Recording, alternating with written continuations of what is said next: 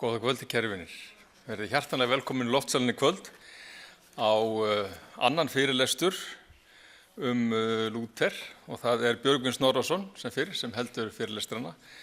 Prestur aðventkirkjunnar til margra ára, guðfræðingur, doktor í kirkjusögu og hefur haldið fyrirlestra víða heim í gegnum árin, mikið í Skandinavíu og einnig í Bandaríkjunum og víðar. Hefur mikla þekkingu og reynslu á þessu sviði. Fyrirlestur kvöldsins fjallar uppgötvun Lúthers á fagnaðarerindinu og hvernig hann skýrði það og lagði það fram. Gjörðu svo vel, Björgvin.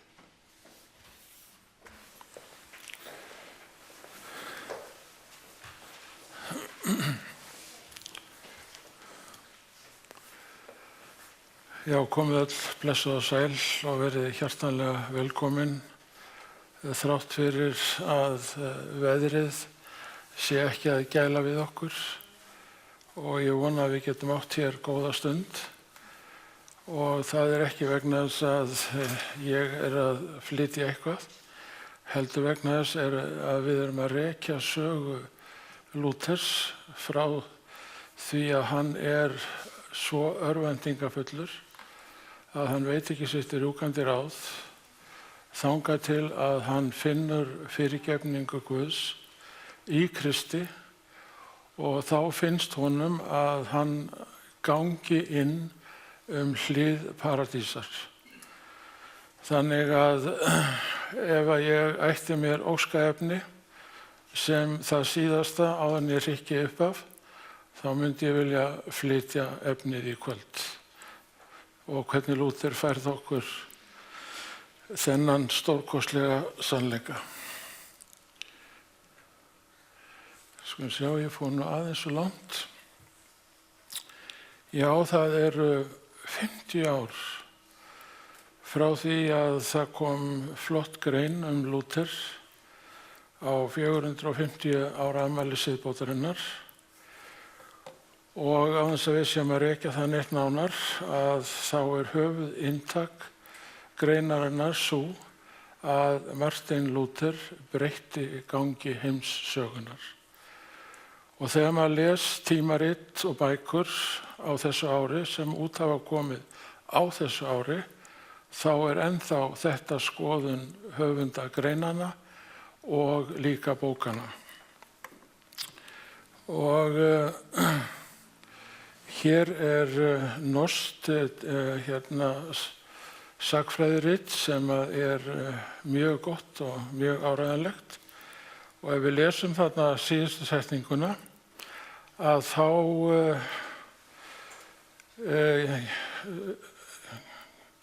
gerði Lúther upp á eigin spýtur svo stóra byltingu að þetta greinarhöfundur kallar þetta stærstu byltingu veraldarsögunar. Og þessi bylting, hún er ennþá í gangi eftir öll þessi ár. Og Lúther hann rís ekki bara upp á móti ríkjandi miðaldarkirkju, heldur líka hinu heilaga rómverska keisaradæmi. En ég vil nefna það hér í upphafi að við hlið sér stendur kona, Katharina von Bora, sem að hann kallaði morgunstjörnu Wittenbergs og hún var, eins og við segjum á íslensku, betri en engin. Ég vildi óska þess að mér gæfist einhvern tíma kostur að segja frá henni, en það verður að bíða því miður betri tíma. En án hennar, að mínu mati, hefði Lúther ekki áunnið allt það sem hann gerði. Og hér sjáum við þetta virta þýska tímarit, Der Spiegel, en á síðastliðnu ári komu 5 greinar hver á eftir annari í þessu blaði Lúther vegna 500 ára afmælisins. Og það segir þarna undir orðinu Luther, der erste Wutbürger. Það að segja að Luther sé hinn fyrsti ofsareiði borgari þessa heims. Og það má með sanni segja að hann var rosalega reiður. Og hér segir í þessu sama blaði að hann sé fyrsti uppreisna maður nútímans og að 31. október 1517 marki upphaf siðbótarinnar með sínum 95 greinum Guðs ótta, það má eiginlega segja Guðs hræðslu sinni og hatri sínu hefur Martin Luther mótað Þýskaland meir en nokkur annar. Hugsið ykkur, en þá segja menn þetta sama og fyrir 50 árum. Og gegn hverju beindist hatur Luthers? Pappa sínum, því miður, því að kallinn hann tók hann stundum svo ofboðslega í gegn með flengingum og barsmíðum að drengurinn flúði og forðaðist hann í langan tíma. Þann þróaði líka með sér innilegt hatur kirkjunnar vegna þess að kirkjan var alltaf að segja honum, Luther, þú ert ekki nógu góður. Þú ferð kannski í hreinsunareldinn, en það getur líka vel verið að þú ferð til helvítis. Og ef þú ferð til helvítis, þá áttu engan séns í hreinsunareldinum. En hvorki hreinsunareldurinn né helvíti er til í Biblíunni. En það verður að bíða betri tíma. Og hann var líka reiður út í Guð. Við komum inn á það seinna í fyrirlestrinum, en hann var svo reiður út í Guð að hann kom eitt sinn til Jóhann Staupitz, sem var besti vinur hans og læriföður, og sagði við hann, ég hef búin að drýja hérna ófyrirgefanlegu synd. Og Staupitz segi, nei, Lúther minn, þú getur það nú eiginlega ekki. Jú, sagði hann. Og þá segir Staupitz, en allt í lagi, Lúther minn, þú skalt þá bara krjúpa og ég skal hlusta á játningu þína. Og Lúther segir við Staupitz, ég hata Guð. Ég hata hann af öllu hjarta. Ég get aldrei þóknast honum, hann sírefsandi mér fyrir minnstu smámunni. Og ég veit það, Staupitz, að ég fer til helvítis. Já, honum leið ekki beint vel. Og aðeins þess að rifja upp stuttlega tíman sem að Lúther lifði á. Endurreisnarhreyfingin þá búin að standa yfir í 2 aldir og einhvernar orð endurreisnarhreyfingarinnar var ad fontes, það að segja, til upphafsins, til uppsprettunar. Og það sem átt var við var að heimurinn þyrfti að snúa sér aftur til grísku heimspekingana til þess að fá eitthvað vit í dægurþrasið. En það sem gerist það að sköpunin, ekki skaparinn, verður miðdepill allra tilveru og maðurinn fer meira en nokkru sinni áður að tilbiðja sjálfan sig og miklast af sjálfum sér. Það eru líka framfarir í náttúruvísindum sem að Kópernikus ýtur úr vör og Kólumbus, þegar hann finnur Ameríku og Karabísku eyjarnar, að þá verður til svokölluð hnattvæðing. Og inn í þennan tíma fæðist Lúther.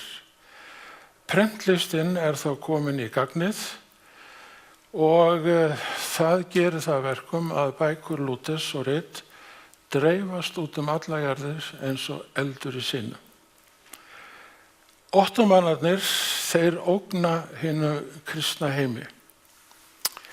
Upp úr 600 óðu Arabar yfir hinn kristna heim og lögðu í rúst öll Mið-Austurlönd þar sem að kristnar kirkjur stóðu föstum fótum. Alla Norður-Afríkuströndina og þeir fóru inn í Frakkland. En núna það Ottomanarnir sem eru búin að taka Múhameðstrú og þeir vaða upp allan Balkanskaga og að lokum setjast Vínarborg. Og þessi ógn steðjaði að hinum kristna heimi í alvöru talað. Því að Múhameðstrúarmennirnir fluttu ekki boðskap sinn munnlega, heldur með sverði, hótunum og ógnum. Maður má helst ekki segja þetta í dag, en þannig var þetta nú engu að síður. Og 1453, öldin þegar Lúther fæðist, þá sérðu þarna Súleiman Móhammed sigra Miklagarð, eins og við köllum Konstantínópel á okkar tímum hér heima. Og þá það svartidauðinn sem æðir alla Evrópu og hinn kristni heimur lítur á þetta sem refsingu Guðs og Lúther líka. Og það talið að tugir milljóna hafi dáið í þessari hræðilegu pest sem geisaði alla Evrópu. Og þetta sem sagt tímarnir sem Lúther upplifir og hér verið að brenna Jóhannhús 1415 og þetta þekkir Lúther mjög vel og rannsóknarréttinn sem stendur að baki þessu. Þannig að tímarnir eru hræðilegir fyrir ungan dreng og táning að upplifa svona hræðilegt umhverfi. Og hér sjáum við riddarana 4 úr Opinberunarbókinni 6 og sá síðasti nábleikur á litinn, það að segja hann með lit dauðans á sér og riddarinn heitir dauðinn og í kjölfarið fylgir hvorki meira né minna en helvíti. Og svona myndir festust í huga Lúthers og honum leið svo illa stundum bæði sem barni og táningi að hann gat ekki sofið á nóttinni. Og hann sagði, svona Guð. Það eitthvað skrítið þó hann hafi verið hræddur við hann og jafnvel hatað hann? Ég held ekki. Og þá það að hann lendir í þrumuveðri eins og við tölum síðast og steypist í jarðar og verður örvæntingafullur. Hann bókstaflega trúir því að hann sé að deyja. Og það ekkert skrítið vegna þess að 3 af vinum hans eru nýdánir úr pestinni sem hefur örugglega verið eftir leifar af svartadauðanum. Og hér hópar hann í ángi sinni, hjálpaði mér heilaga Anna, ég vil verða munkur. Af hverju vildi hann vera munkur? Til þess að komast til himins. Til þess að sættast við Guð og til þess að þurfa hvorki að fara í hreinsunar eld né helvíti. Og það dálítið gaman að benda á að Anna þýðir náð. Og þessu var Lúther alltaf að leita að náð Guðs og reyna að finna hana. En þá það að Jóhann Staupitz, þessi öldungur, þessi guðsmaður, hefur miklar áhyggjur af Lúther. Því að Lúther líður illa, hann síjátandi syndir sínar fyrir skriftafeðrunum, Hann gat notað 6 klukkutíma á einum degi til þess að játa syndi sína, því að hann ætlaði að vera öruggur það að veri engin ójátu synd eftir í huga hans. Og þá það Staupitz segir við hann, Lúther, þú veist að það svona smá deilur innan meðal munkan okkar, og nú vil ég að fara til Rómar og gáðu hvort þú getur ekki fundið einhverja leið til þess að ná sáttum milli munkana. Og hann sendir hann til Rómar. Mér líka að segja sem betur fer. Því að þar upplifði hann miðaldarkirkjuna eins og hún var upp á sitt allra versta. Og eins og ég nefndi við ykkur síðast, þá var farið með þvílíkt guðlast við altarisgöngur, við messur, og eitt af því sem að Lúther blöskraði algjörlega, það var að sjá hversu margir prestar og munkar sóttu vændishúsin. Og hann sagði eftir komu sína til Rómar, ef til sauruleiki, þá hlýtur hann að eiga heima í Róm og að eiga sitt upphaf þar. Þannig að ekki var sú ferð farin til heilla. Og þó, hér sjáum við 7 af kirkjum Rómar. Það vantaði ekki neitt upp á guðræknina. En hún var í skötulíki vegna siðleysis. Og Lúther, hann að heimsækja eina svona kirkju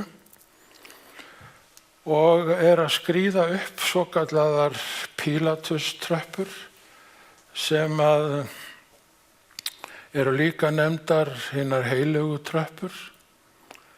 Og hjátrúin á þessum tíma var slík að menn trúðu því að heilög Helena, móðir Konstantínusar keisara, árið 326, hefði bara fengið tröppurnar í flugpósti frá Jerúsalem til Rómar, hvorki meira né minna. Ég veit ekki hvort það var DHL sem að flutti, en það kemur kannski einhvern í ljós. En hann að skríða upp þessar tröppur og biðja meðal annars fyrir foreldrum sínum, þegar hann allt í einu eftir því að þau eru ekki dáin og þess vegna ekki komin í hreinsunaröldin, þannig að hann gat sleppt því að vera að biðja að þau slippu úr hreinsunaröldinum. En meðan hann að fara upp tröppurnar, þá kemur rödd af himni og segir við Lúther: hinn réttláti mun lifa fyrir trú. Ég veit að það ekki allir sagnfræðingar sammála að hann hafi heyrt þetta, en ég vitna hér neðst í einn sagnfræðing sem skrifaði í sögublað National Geographic núna í september og október 2017 að Lúther hafi heyrt þessa rödd. Og þessi rödd fylgdi Lúther og þessi setning alla ævi. Og hann skildi hann ekki ennþá, en hann átti eftir að skilja hana og það mjög vel. En það sem verst fyrir Lúther, þrátt fyrir það að hann hafi heyrt þessi orð, þetta svokallað réttlæti Guðs. Í hans huga réttlæti Guðs refsandi réttlæti. Það ekki fyrirgefandi réttlæti. Það refsandi réttlæti. Og Lúther, þú ert svo ófullkominn eins og játningar þínar bera með sér að Guð getur ekkert viðurkennt þig. Og þetta fer alveg ofboðslega illa með Lúther. Hann bókstaflega getur ekki á sér heilum tekið. En í Ágústínarklaustrinu finnur hann hlekkjaða Biblíu. Og hann fer að lesa hana og lesa hana og lesa hana. Og eins og ég hef leyft mér að segja, Guðsmaðurinn Jóhann Staupitz sendir Lúther aftur og aftur til þess að lesa Biblíuna. Það var í raun og veru ekki leyfilegt samkvæmt kenningu miðaldakirkjunnar. En engu að síður þá gerir Lúther þetta. Og það sem að Lúther gerir er að rannsaka hana. Og eins og við sagðum áðan að þá sagði endurreisnarhreyfingin ad fontes, til uppsprettunar. En fyrir Lúther þá var það ekki grísku heimspekingarnir, heldur Biblían. Og hann sem ég vitnaði í hérna, Heinz Schilling, hann skrifaði frábæra bók, 600 blaðsíður að ég held, Heinz Schilling, Lúther. Og sem betur fer, hún er þýdd á norsku, þannig ég keypti hana í vor. Og ég er langt komið með doðrantinn. En þetta er dæmigerður þýskur, hvað ég að segja, fræðimaður, rannsóknarmaður, því að öll smáatriðin þarna, þau eru stundum það mörg að þegar maður er búin að lesa nokkrar blaðsíður, þá verður maður að segja, Heinz, býta aðeins, ég er að missa af þér. En ef þú lest norsku eða þýsku, keyptu þessa bók, hún er gull. Og hann segir hérna, með tímanum var það ekkert annað sem veitti Lúther sanna gleði nema rannsókn á heilagri ritningu. Og hann er genginn af sem prófessor, þannig að þetta er ævistarf hans að vissu leyti þessi bók. Og þetta er það sem hann segir. Og þetta verður það sem að Lúther kallar sola scriptura. Biblían ein og ekkert annað. Þar ætlar hann að sækja alla sína þekkingu og boða hana.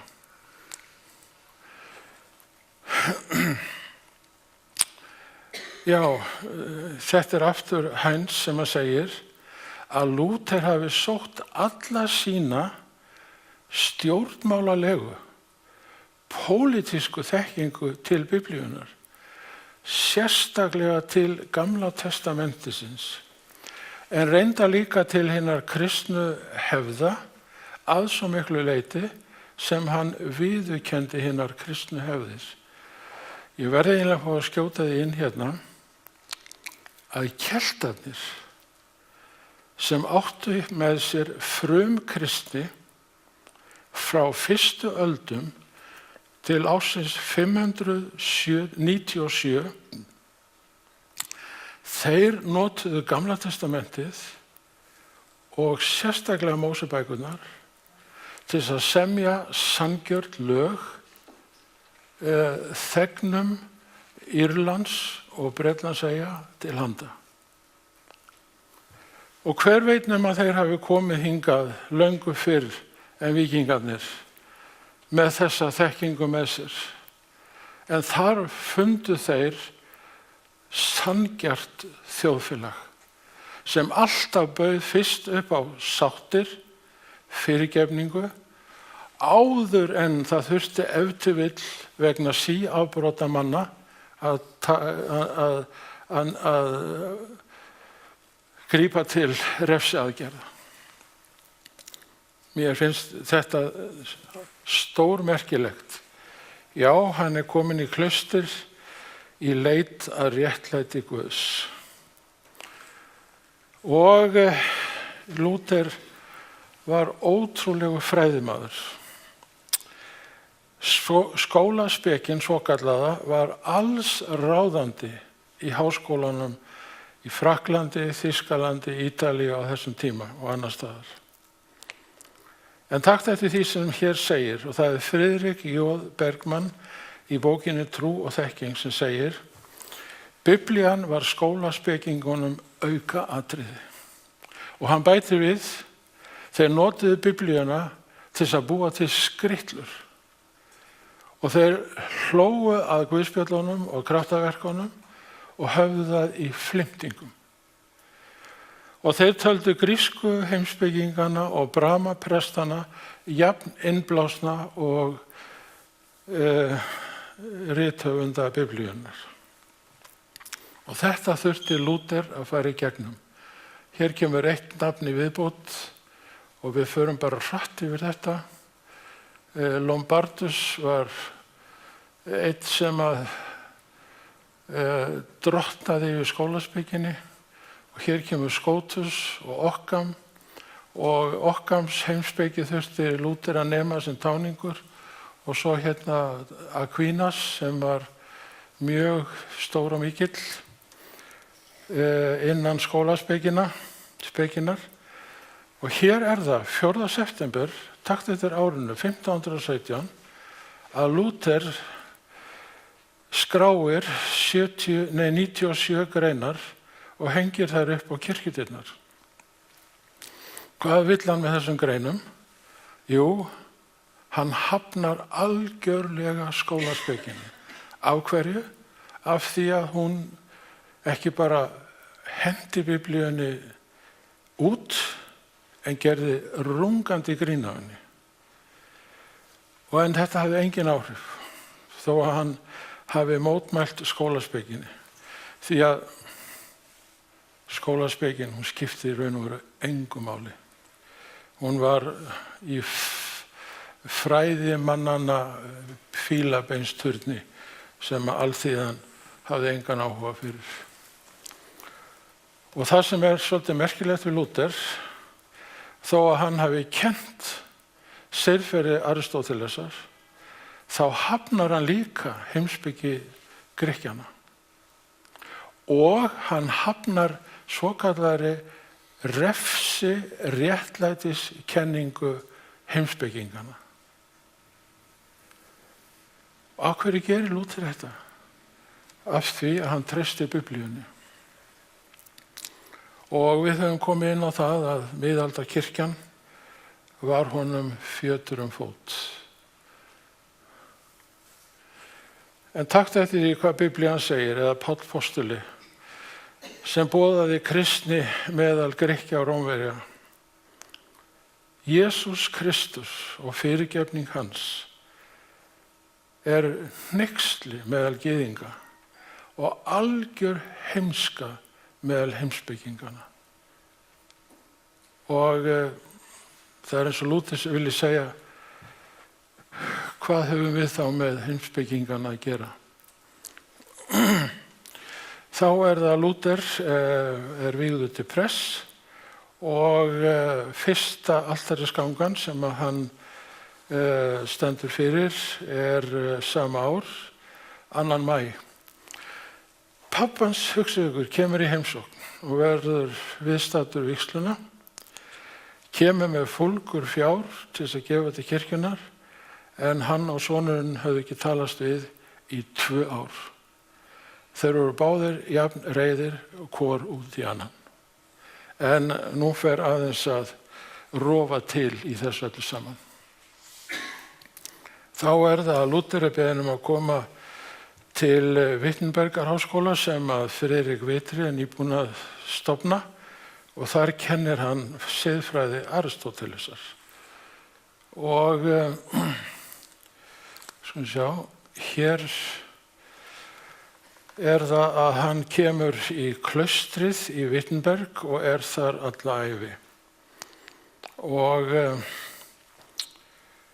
svo það að hann eignast ótrúlegan góðan vin, Philip Melanchthon, hlédrægur, lítillátur, með skarpa dómgreind, víðtæka þekkingu, sannfærandi mælsku, hreinleika hugans, ráðvandur, bjó yfir frábærum gáfum, hann var hóvær í fasi og hann var ávallt gætinn og hann verður algjör hægri hönd og albesti vinur sem Lúther gat hugsað sér. Án þessara tveggja og án Katarínu von Bora hefði siðbótin ekki þróast eins og hún þróaðist. Já, Lúther þekkti boðarann 10. Þetta réttlæti Guðs að ég skuli heiðra pabba og mömmu og ekki fremja morð, né drýja hór, stela, ljúga eða girnast. En Lúther sagði, ég ræði ekkert við þetta. Ég get ekkert farið eftir þessu. Ég veit að þetta er gott, þetta er satt, þetta er rétt. Hvað á ég að gera? Þannig að boðorðin 10, þau hjálpuðu ekki Lúther eins og er. Já, Lúther segir, ári áður en hann deyr, þegar hann ritar inngang að fyrsta bindi endurútgáfu á verkum sínum. Hann segir, ég hataði setninguna réttlæti Guðs, sem samkvæmt notkun og venju allra doktora kirkjunnar var mér kennt að skilja á heimspekilegan hátt, þar sem að Guð refsar og hegnir hinum óréttláta. Og hann segir ennfremur, og hér koma orðin sem að hann játaði fyrir Staupitz, ég hataði þennan réttláta Guð, sem refsar syndurum. Ef ég gerði það ekki með hljóðlátu guðlasti, þá gerði ég það með háværu mögli. Ég var Guði reiður daginn út og daginn inn. Og hann segir að meira segja Guðspjallið bætti sorg ofan á sorg, því að þar birtist líka þessi reiði Guðs. Og hún gegnum sýrði allt sem ég las. Og svo segir blessaður ungi maðurinn, þetta var að gera mig brjálaðan. Ég var algjörlega vitstóla og uppgefin. Já, og svo bætir hann við hérna, þótt ég lifði óaðfinnanlegu lífi sem ungur, fannst mér ég vera syndari með þrúaða samvisku gagnvart Guði. Ég var heldur ekki viss að ég hefði þóknast honum með opinberum yfirbótaverkum sem að kirkjan krafðist á honum, að fasta, að vera með sjálfspyntingar og svo framvegis. Þannig að blessaður Lúther,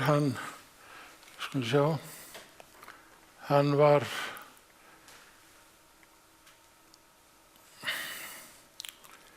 og hér sjáum við það að sá sem ekki getur þóknast Guði með yfirbótaverkum, að hann mun enda í hreinsunareldinum ef að vel tekst til en annars í helvíti.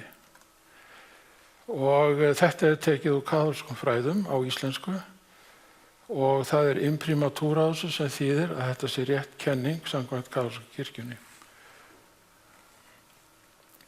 Þá er það að Lúther samkvæmt hvatningu Staupitz tekur doktorspróf í guðfræði. Og það þýðir það að nú má Lúther hindrunarlaust kenna Biblíuna. Og frá ágúst 1513 til 1515 er Lúther að útleggja Davíðs sálma. Þá tekur við útlegging á Rómverjabréfinu og svo útlegging á Galatarbréfinu og Hebreabréfinu og svo tekur hann fyrir aftur Davíðs sálma. Meðan hann er að kenna þetta, þá finnur hann loksins hinn kærleiksríka Guð Biblíunnar og son hans Jesúm Krist, sem að gaf líf sitt til fyrirgefninga syndana. Og þetta kallað turm erlebnis í kirkjusögunni eða turn upplifun Lúthers. En hann var í turninum á Ágústínar klaustrinu við lestur og rannsóknir. Og nú skulum við komast að því hvað sem Lúther finnur. Sjáu þið gulu setninguna þarna. Hann að lesa sálminn númer 31 og þar stendur: bjarga mér eftir réttlæti þínu. Bíddu nú við, hugsa Lúther með sér. Hvað í ósköpunum það sem Davíð að segja? Og hann heldur áfram og kemur að sálminn númer 71. Frelsa mig og bjarga mér eftir réttlæti þínu. Og það gaman til þess að vita að þegar Lúther var að ganga svona við hliðina á hinum munkunum, þá hann að hugleiða þetta. Og svo segir hann allt í einu, það til í Biblíunni eitthvað sem heitir frelsandi réttlæti. Frelsandi réttlæti. Ekki refsandi, heldur frelsandi réttlæti. Og hann spyr sjálfan sig, hvað í ósköpunum merkir þetta? Og við höldum áfram með 143. sálminn. Bæn heyr mig í réttlæti þínu. Og svo kemur setningin á eftir: gakk eigi í dóm við mig, Guð, því að enginn af sjálfum sér réttlátur í þínum augum. Hvað í ósköpunum það sem Davíð á við? Jú, þaðan heldur Lúther inn í Rómverjabréfið með allt þetta í huga. En hann finnur líka þessi orð: sæll sá afbrotin eru fyrirgefin og synd hans hulin. Sæll sá maður drottinn tilreknar eigi misgjörð. Sá eigi geymir svik í anda. Og svo segir Davíð í lok sálmsins, og þetta sálmur sem að Davíð skrifa eftir að hann búinn að ræna annars manns konu og drepa eiginmannin. Og Natan spámari búinn að koma til hans og segja við hann: Davíð, hvað hefur þú gert? Ekki neitt, sagði Davíð. Jú, sagði Natan. Og hvað ætlar að gera í þessu máli? Og takt eftir í hvað það sem að Davíð segir í lok sálmsins: gleðjist yfir drottni og fagnið þér réttlátir, þér hjarta hreinu. Og hvernig urðu þeir réttlátir? Vegna fyrirgefningar syndana, vegna þess að drottinn tilreiknaði þeim eigi misgjörð. Og það sem meira að Lúther finnur þetta í 4. kafla Rómverjabréfs. Það sem að Páll að vitna í þessi orð Davíðs. Og hann hugsa með sér, ef Guð gat fyrirgefið honum, þá getur hann fyrirgefið mér. Og þetta verður slík bylting í huga Lúthers þegar hann kemst að því að réttlæti Guðs, þetta sérstaka frelsandi réttlæti Guðs, það opinberað í fagnaðar erindinu. Og ef við förum í Lúkasar guðspjall, að þá tökum við eftir því að fagnaðar erindið, sem líka kallað hjálpræði, það fyrirgefning syndana. Og þegar að Lúther gerir sig grein fyrir þessu, þá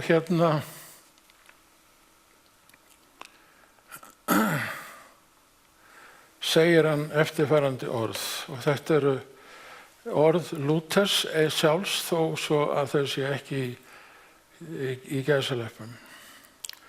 Leið og ég skildi þetta, að réttlæti Guðs opinberað í fyrirgefningu syndanna, þá fékk ég þá tilfinningu að ég hefði fæðst á ný. Og eins og að ég hefði gengið inn opnar dyr sjálfrar paradísar. Frá þessu andartaki birtist öll ritningin mér í öðru ljósi. Leyfðu mér að endurtaka dæmisöguna sem ég leyfði mér að nefna hérna síðast. Þetta frelsandi réttlæti, þetta fyrirgefandi réttlæti, það virkar þannig að skuld mín í bankanum sem ég get ekki greitt greitt af vini mínum. Hann fullnægir þannig öllu réttlæti við bankan og ég get farið heim skuldlaus. Vinir, þetta skildi Lúther loksins. Og hann segir, þegar ég skildi þetta og þegar ég trúði þessu, þá fæddist ég á ný. Og ég gekk inn opnar dyr paradísar. Engin hreinsuneldur, ekkert helvíti. Bara opin hlið himminsins og ekkert annað. Þegar að Lúther skildi þetta og trúði þessu, þá varð siðbótin óstöðvandi, algjörlega. Og þið sjáið hérna þessar setningar sem að hann heyrði þegar hann gekk upp tröppurnar í Róm, að þessi setning að hinn réttláti menn lifa fyrir trú sótt í Habakúk í Gamla testamentinu, endurtekin í Rómverjabréfi og Galatabréfi og Hebreabréfi. Þessi setning þungamiðja allrar Biblíunnar, að Guð fyrir fyrirgefningu sína gerir manninn réttlátan og frelsaðan.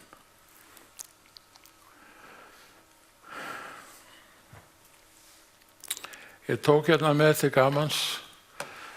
Ég veit að þú þekkir 23. Sálm Davíðs. Drottinn minn hirðir, mig mun ekkert bresta. Og þess vegna tók ég með þarna eina íslenska ofurfagra kind með lömbin sín. En það sem segir í sálminum ekki leið mig rétta vegu. Það segir í sálminum, og það eru margar þýðingar með þetta, hann leiðir mig veg réttlætisins. Og, vinur, ef að við göngum á vegi fyrirgefningarinnar, þá getur þú ekki endað annar staðar en í himnaríki. Þessi leið, hún liggur bara til himnaríkis. Ef þú gengur á vegi fyrirgefningarinnar daginn út og daginn inn, þá endarðu á himnum. Þú ferð ekkert annað.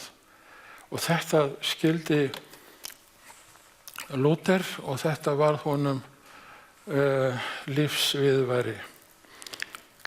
Tíminn að fljúga frá okkur. Hér sjáum við Lúther í ræðustóli. Og hann með Biblíuna, hann bendir á lambið sem bar synd heimsins og Jesúm Krist sem að biður fyrir okkur og tilreiknar okkur fyrirgefningu og réttlæti og það viðurkennt af Guði. En hér eru prangararnir sem að selja himnaríki út á einhvers konar góða hegðun hjá dýrlingum kirkjunar.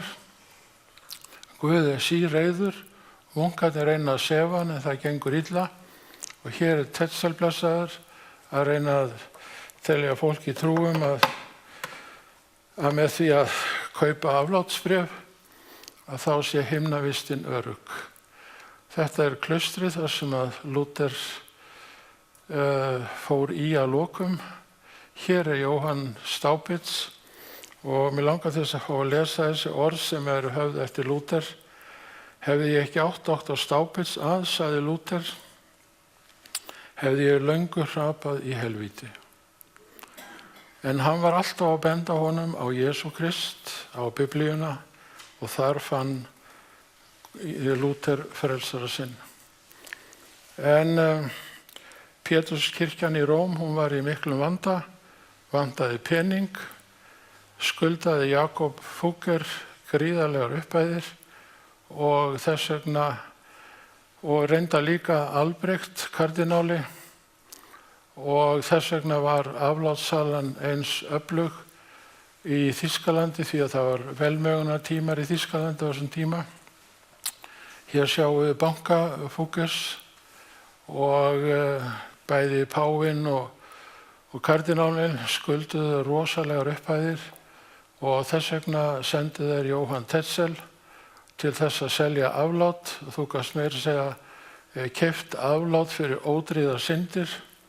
Það kom aðalsmaður til hans og játaði nú ekki hvað hann ætlaði að gera daginn eftir, en það var eitthvað sem ekki mátti fréttast allavega og keypti aflát svo hann gæti nú gengið frá viðkomandi daginn eftir. Og hér er Tetzel að selja og þetta er það sem að Lúther hatar af öllu sínu hjarta. Hvernig má það vera að það sé hægt að selja fyrirgefningu Guðs? Og 30. og 1. október 1517 þá skrifar hann þessar 95 greinar. Honum datt ekki í hug að þetta myndi fljúga út allt Þýskaland. Þær eru skrifaðar á latínu, þannig að þær voru ekki skrifaðar fyrir almenning, því að hann reiknaði ekki með því að almenningur hefði áhuga fyrir þessu. En þær eru þýddar mjög fljótt og dreift út allt Þýskaland. Og þeir sem að þekkja þessar setningar mjög vel, þeir meina að það sé hægt að draga þær saman í þessi fáeinu orð. Fyrirgefning Jesú Krists er ókeypis. Tetzel hættu að selja fólki himnaríki til þess að redda útgjöldum kirkjubyggingarinnar í Róm og það að Albrecht sé búinn að kaupa sér erkibiskupsdæmi umfram það sem hann hafi leyfi til. Hugsaðu ykkur, þetta er allt það sem Lúther segir. Fyrirgefningin er ókeypis. Og þá er það að Lúther þarf að verja sitt mál fyrir Cajetan og það eina sem ég geta sagt er að taktu aftur orðin. Hér er hann að mæta Jóhanni Eck sem er doktor og prófessor í Leipzig í þessari höll Gregos hins skeggjaða og en þá er það að Friðrik hinn vitri kemur inn í málið og aftrar því að Lúther sé seldur til Rómar. Því að hann vissi það að ef hann yrði sendur til Rómar, þá kæmi hann aldrei aftur og yrði breytt þar í ösku. Og það er þessi Karl Miltitz, hann kemur með þessa gullrós til Friðriks til þess að reyna að fá hann á sitt band. Karl V er orðinn keisari, 19 ára gamall, óreyndur og illa þroskaður til þess að vera keisari. Og þessi Miltitz, hann hittir Lúther á fleiri stöðum og þeir reyna allt hvað þeir geta til þess að fá Lúther til þess að taka orð sín aftur, en Lúther tekur það ekki mál. Hér er það hann brennir, kveikir í bannhótunarbréfi Leós X og meira en það. Hann tekur kirkjulögin frá sirka 530 sem að Jústínianus keisari hefði látið taka saman. Hann kveikir í kirkjulögunum og segir bara við kaþólsku-kirkjuna: svona munt þú að lokum brenna til ösku. Og hér sem sagt hann að brenna þessu Corpus Juris Canonici og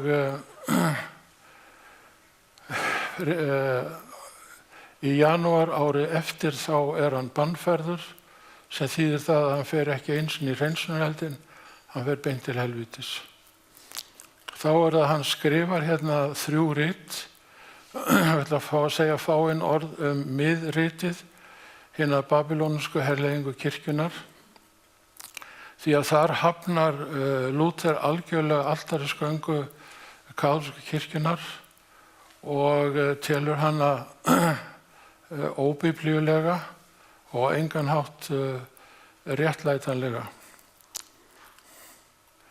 Og ég ætla að fá að lesa þessa grein hérna sem að birtist í smalkald 15 greinum Lúthers frá 1537.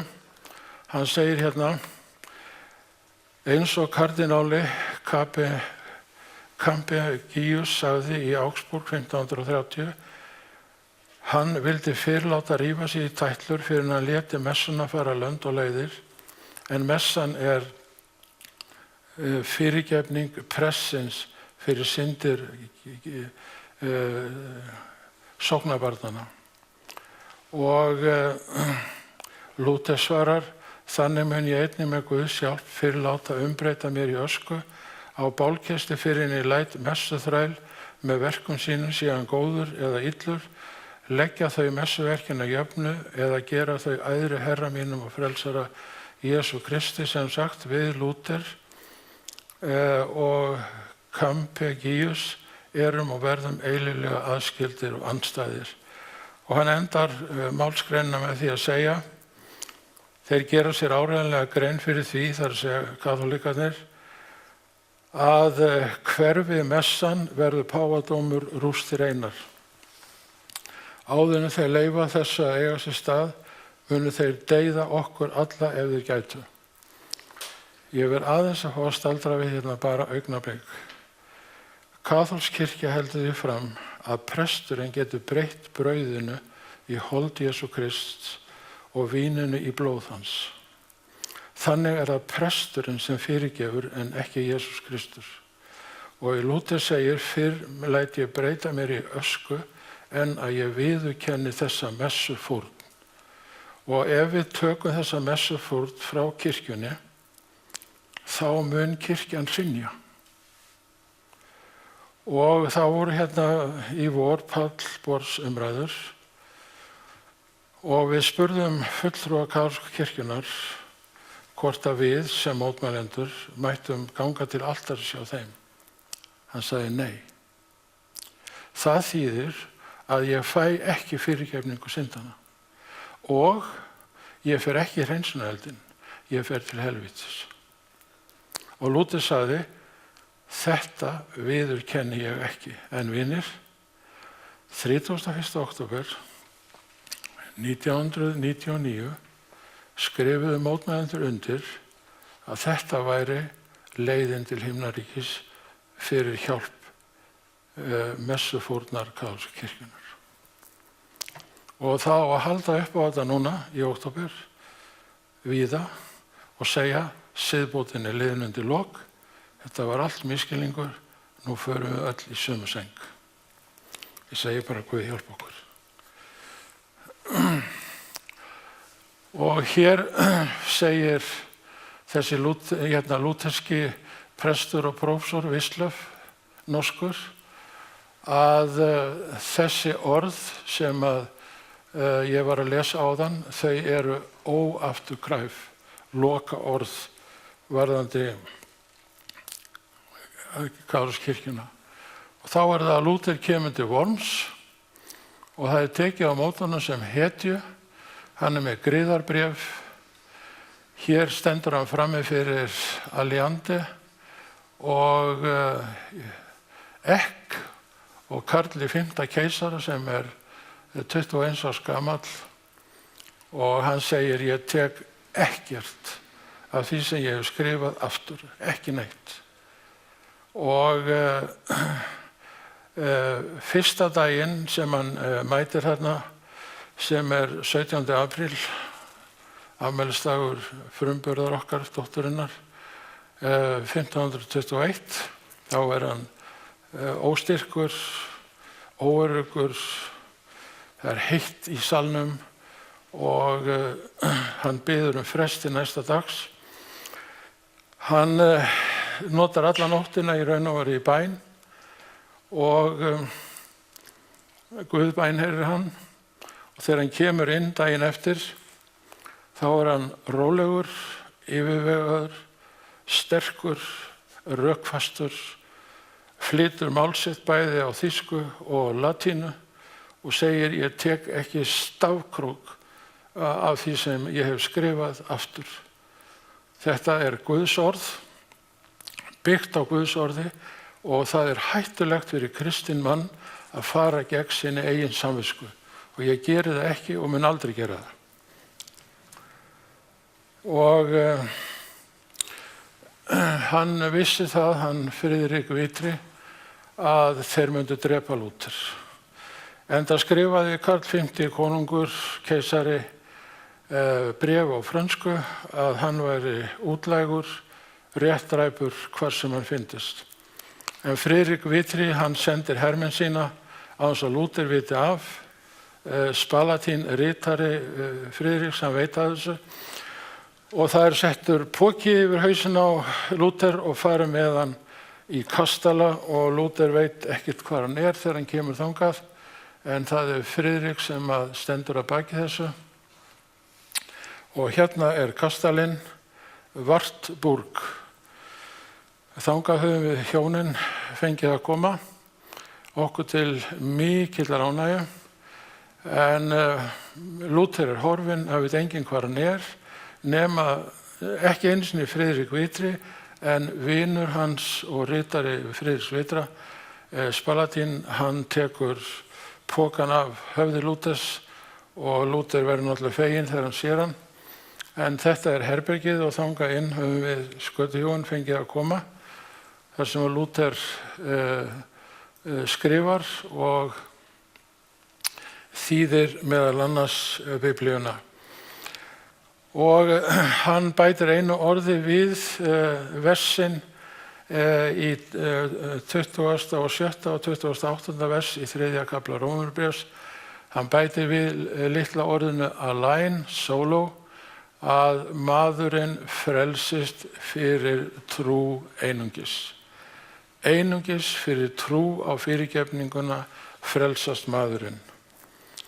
Og ég tók það með svona til gamans, en þetta Albrecht, Jóhann Albrecht Bengel, sem uppi á 18. öld og mikill grískufræðingur og hefur útlagt allt Nýja testamentið sem stendur heim í hillu hjá mér, að hann segir að orðin frá trú til trúar merki og sé sótt í Gamla testamentið: einungis fyrir trú það að maðurinn frelsast. Og hér Lúther að predika í Wartburg, og ég ætla aðeins að nefna þennan Erasmus, vegna þess að þegar Ottómanarnir hertóku Balkanskaga, þá flúðu gífurlega margir fræðimenn þaðan og tóku með sér handrit af Biblíunni, og þessi Erasmus, hann lagfærði Nýja testamentis handritið, sem síðar notað sem undirstaða fyrir þýðinguna á Biblíunni.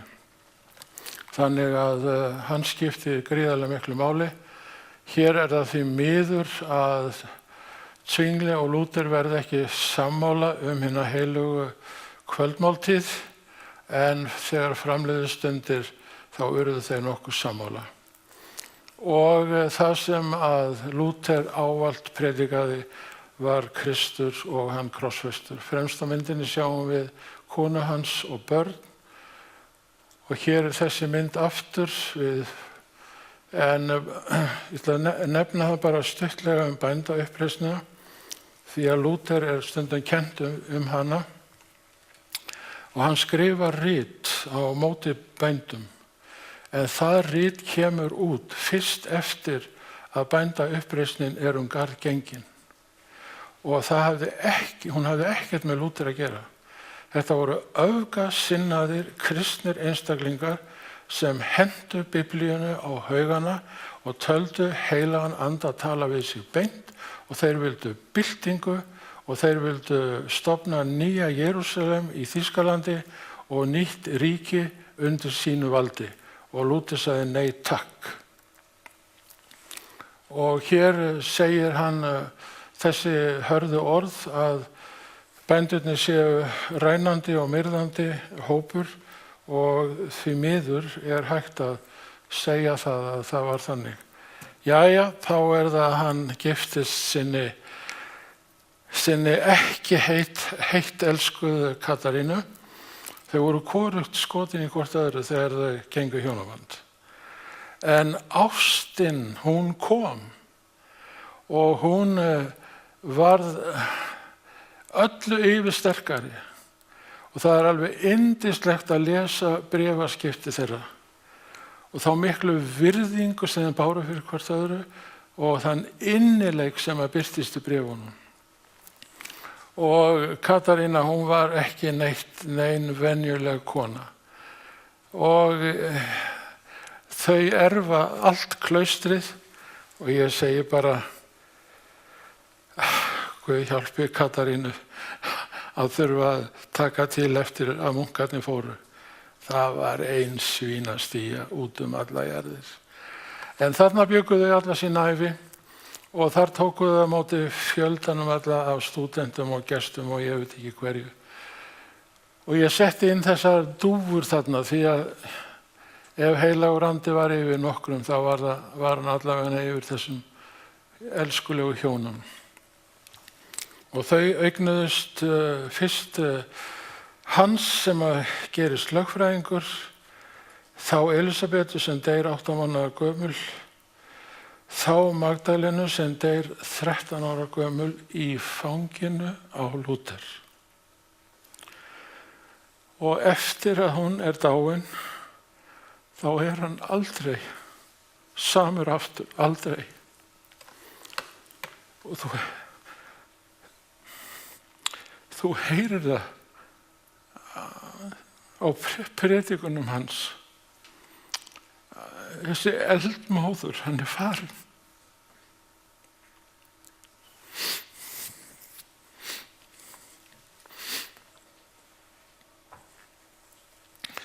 Og dauðinn sem hann hataði sem strákur og táningur og fullorðinn maður orðinn að veruleika.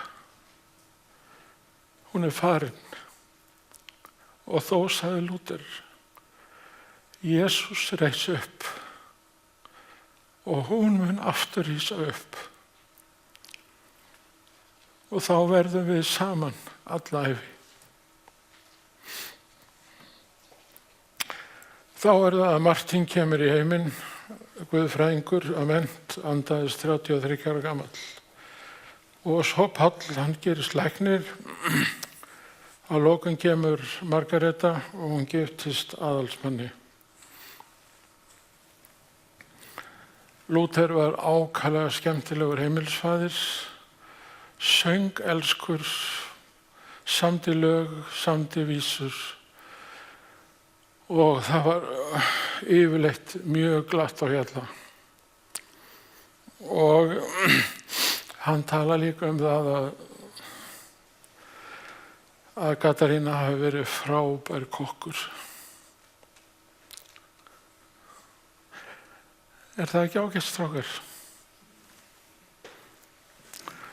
Og það Lúther sem kemur á kirkjusöng. Þetta úr fyrri kvikmyndinni sem við ætlum að sýna. Sjáu hvað hann frábærlega vel leikinn. Sjáu þið svipinn á Lúther, litlu stelpunni og hinni sem að passa hana.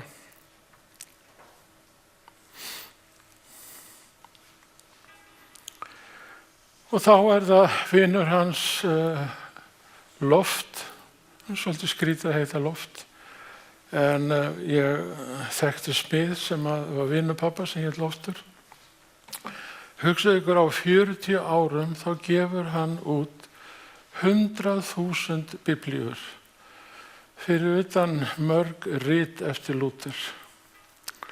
Og þessi listamenn hérna, Albrecht Dürer og Lukas Cranach, bæði eldri og yngri, þeir hjálpuðu mjög til við að breiða út fagnaðarerindinu með ótrúlegri list sinni.